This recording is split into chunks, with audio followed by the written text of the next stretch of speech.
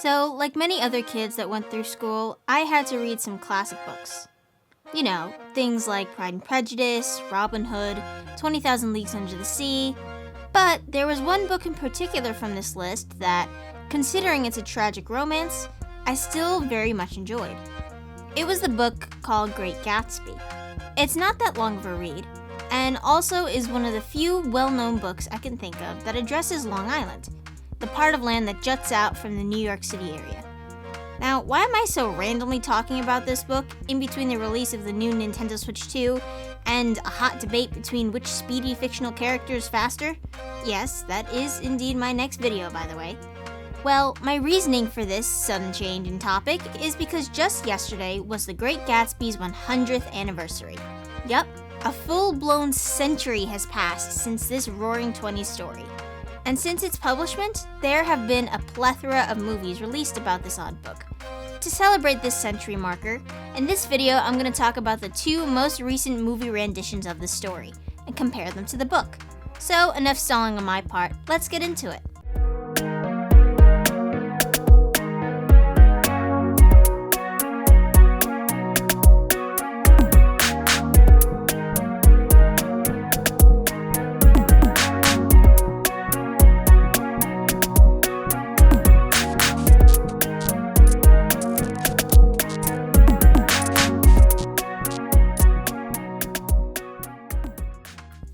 First of all, I'd like to point out that if you're gonna read this book, you need this particular audio for it. This guy sounds exactly how I'd imagine the narrator Nick Carraway to sound. I'll leave a link in the description for this playlist. But now with that out of the way, let's get down to the movies. There are either 4 or 5 movies based off this book, depending if you want to count the first one, which is a silent film that almost no one can find now. After that were 4 more. One in 1949, 1974, 2000, and most recently in 2013. But as I said, I'm going to be comparing the two most recent versions of these movies. So, the 2000s one and the 2013 one. Both of which have animal-themed Marvel superheroes as Nick Carraway. But aside from that strange coincidence, both these movies take on a much different approach in depicting the story. The 2000s film goes a much simpler, more direct route with it. And even though it's the shortest running version of the story, it feels significantly longer to me because of the very subdued nature of Nick's storytelling, which for the most part I enjoyed, as that's the feel you get throughout most of the book. Though there are a few scenes here or there that stick out to me as a little bit more odd, and or just notable. Gatsby in general, the first time Nick sees Daisy and Jordan in the curtain-filled room, the whole talk Tom has with Nick at the dinner table, Daisy's rant about her little girl, Nick getting drunk, and the whole shirt scene between Gatsby and Daisy are unique in a way that almost feel like dreams F. Scott Fitzgerald had, and then built his book around. And yet, no matter how strange the scene, there was always a sense of calm throughout the book, which is something that the 2013 version just doesn't have at all. I mean, I don't think there's one moment of calm throughout this entire movie. Not until Gatsby is shot, anyway. I think after that, it's kind of impossible to keep up the fast whirlwind pace the movie had. But before that, even though this is almost the longest version of the story, I felt like the entire thing was on fast forward.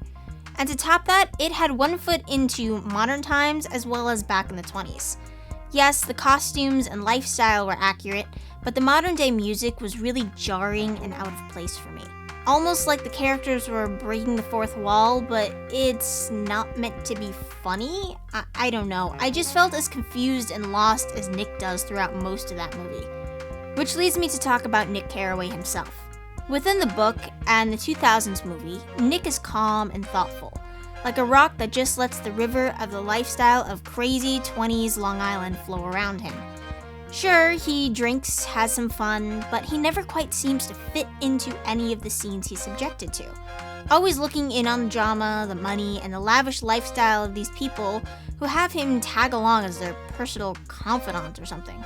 And while he indulges in their fun during the story, he ends up coming out on the other side as wiser and turned off to the East's way of life. The 2013 movie, on the other hand, I believe dropped the ball on Nick's character. And don't get me wrong, I'm not trying to hate on Tobey Maguire at all. I love his Spider-Man movies growing up, although I'll admit I haven't seen much of his other movies, but I'm sure he was good in all of those too. However, he wasn't good for this role in my opinion.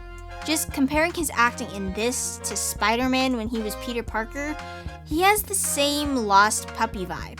Kinda similar to what Tom Holland does in Spider-Man versus in Uncharted. Same exact character pretty much. And like I've established, Nick Carraway isn't a lost puppy. Yes, he follows along with what Gatsby, Daisy, and the others do all summer, but he doesn't inherently become like them. And as much as he drinks, parties, and learns about everyone's secrets, he's still him, which I think Paul Rudd just pulled off way better than Tobey. Also, additionally, he doesn't have a therapist in the book. That's an extra thing that they put into the 2013 movie, which I get because you needed someone to narrate the story, but still isn't accurate. However, getting back on track to casting, contrary to Nick, I think Leonardo DiCaprio was born to play the role of Gatsby. So while Toby Stephens was completely fine as Gatsby, DiCaprio is he is Gatsby basically, just without the obsession over one woman. Also, DiCaprio and Maguire are best friends in real life, so that might have played a part in Maguire getting the role of Nick. Just putting that out there as a fun tidbit. But as for the rest of the cast, I can go either way. Because while their roles are important, they're far less complex than Gatsby or Nick. So I think the actor in each of these movies nailed their roles just fine. And then finally, the last thing that is a notable difference between these two movies is key scene accuracy. Of course, movies can't put every single scene exactly in there as when you read the book, since then you're just better off reading the book than making a movie. However, there are two things in particular that, in my opinion, were drastic changes that shouldn't have been made. The first one are the flashbacks in the 2000s movie. It kind of makes it seem like Daisy and Gatsby are reminiscing themselves, when in reality things are told either through Jordan to Nick when it comes to Daisy, and Gatsby takes chapter 6 to tell Nick all about himself. So in that regard, I guess it made more sense the way they did it in the movie, but if I'm being nitpicky, it isn't accurate. And that is something that the 2013 movie gets significantly more right. They tell the whole tale about how Gatsby became a gentleman and how Daisy almost didn't marry Tom through the correct characters. And not only that, but the movie kept Gatsby's yellow car that Daisy ends up using to accidentally run over Myrtle. It isn't a Rolls Royce, but it is the right color at least, which is something that the 2000s movie just threw out the window. The car is white, not yellow, which apparently was to save money, and I guess that makes sense because not a lot of cars come in that kind of yellow by default. But I just feel like it's such an important prop within the movie, so they should have made the extra expense to at least get the color right, if not the make of the car. But with all that said, that's pretty much all the differences between the 2000s Gatsby movie and the 2013 Gatsby movie. I enjoyed them both, though for different reasons. I think, of course, neither can beat out the book, which has an air about it that's ridiculously hard to replicate. I think the only other time that I felt a similar feeling after finishing a piece of entertainment was with this anime I watched recently called A Silent Voice. Though that story is nothing like this. Anyway, what did you guys think?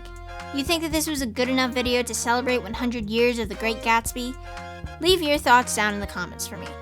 And if you like this video, be sure to like, subscribe, and hit that notification bell so you never miss another video. Thanks for watching. I'll see you guys next time. Bye!